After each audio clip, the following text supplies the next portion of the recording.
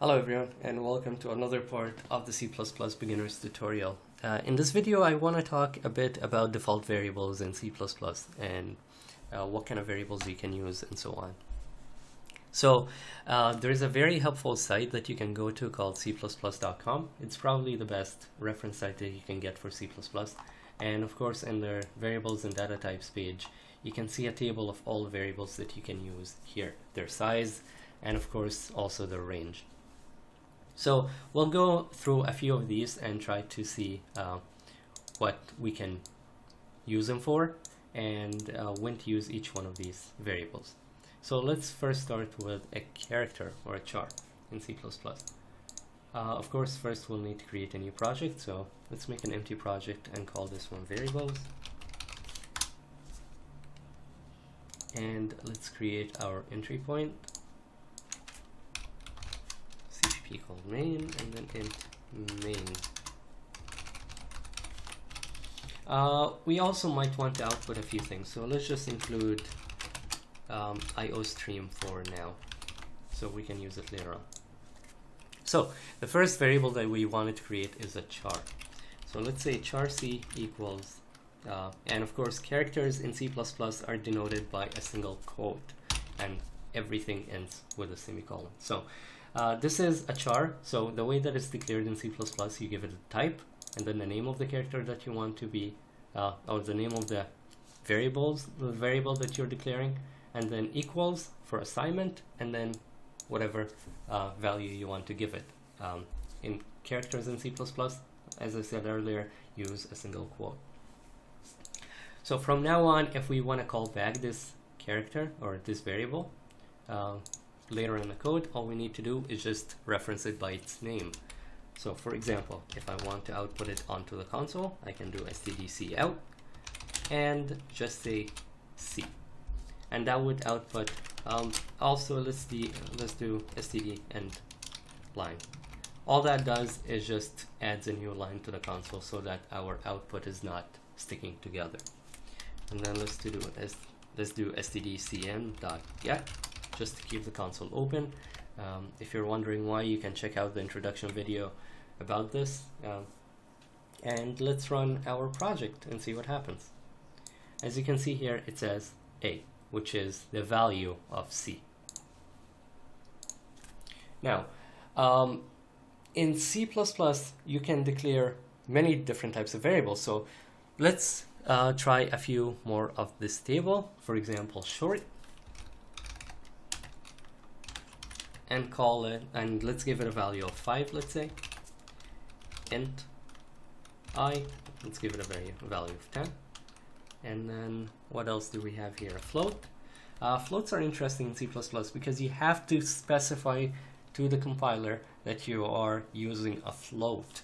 So for example, float f equals, once after the number, so let's say 1.0, you have to put an f there. If you don't put an f, it will automatically assume that it's a double, which brings us to doubles. So double equal 2.0. Of course, doubles don't end with an f, so double, let's call it D this time, and so on. So this is the way that you can declare variables in C++. And of course, if you want to reference any one of these, for example, if you want s is equal to 5, if we replace the c with an s here, so stdcout s, and run this, we will assume that it outputs a 5, and there we go. So variables are very helpful because this way you can actually reference values by a name instead of just a number. So if you have, let's say, 4 or 5 lines referencing the same variable, instead of going through each one of these and putting a 5 in there, all you would need to do is create a variable called s, assign it to 5, and just call s. Now, if you want to change the value to, let's say, 15, this will cascade throughout the whole code. So now if we run it, it will output 15 instead. So they're great to use if you're trying to use the same value over and over again. Also, it makes your code a lot more readable since you're using now names instead of just magic values throughout the code. Okay, so in C++ there's also a very helpful function called sizeoff that you can use. And this is especially helpful because an int in C++ is not always 4 bytes, as you can see on it's not always 4 bytes, as you can see on the table in cplus.com. So to double check what the size of an int is, you can do size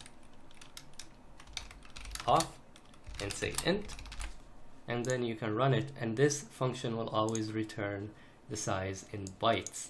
So as you can see, it's 4 bytes, just like the table. So usually if your processor is 32 bits, you will usually get 4 bytes for an int. If your processor is 64 bits, you will usually get 8 bytes for an int.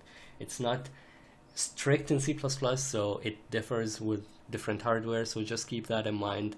If you're trying to test it out for different hardwares, you just have to check with the size off function. The size off function is also used throughout C++ for many different things, so just keep that in mind.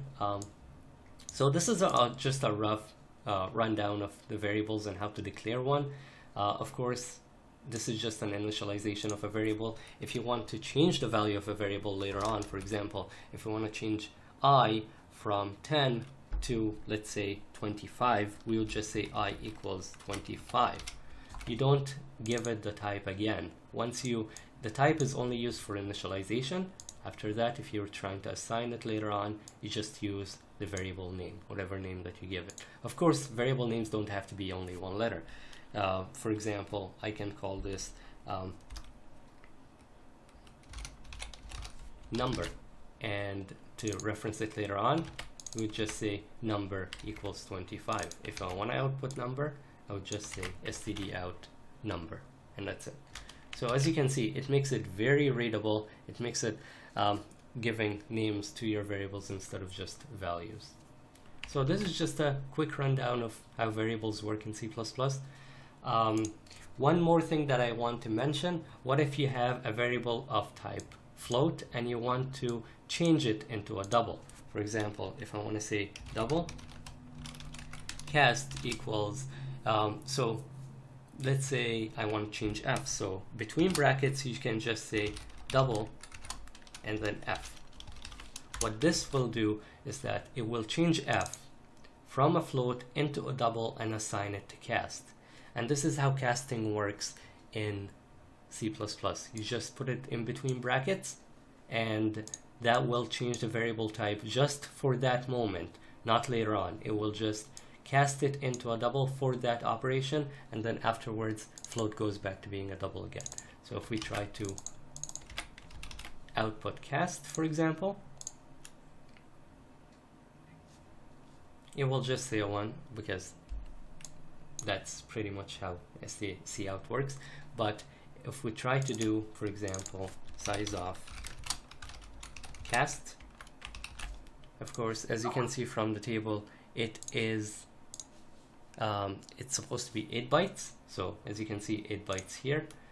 If we try to cast f as a double and run that,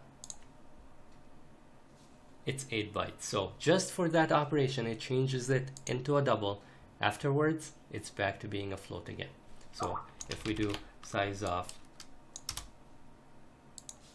f, so while you're casting it, it's 8 bytes. After the cast, it goes back to being 4 bytes. So that's just a quick rundown of how variables work in C++. I don't want to make this video too long, and how casting works to change a variable type from one to another. Thank you very much for watching. I will hope to see you in the next video.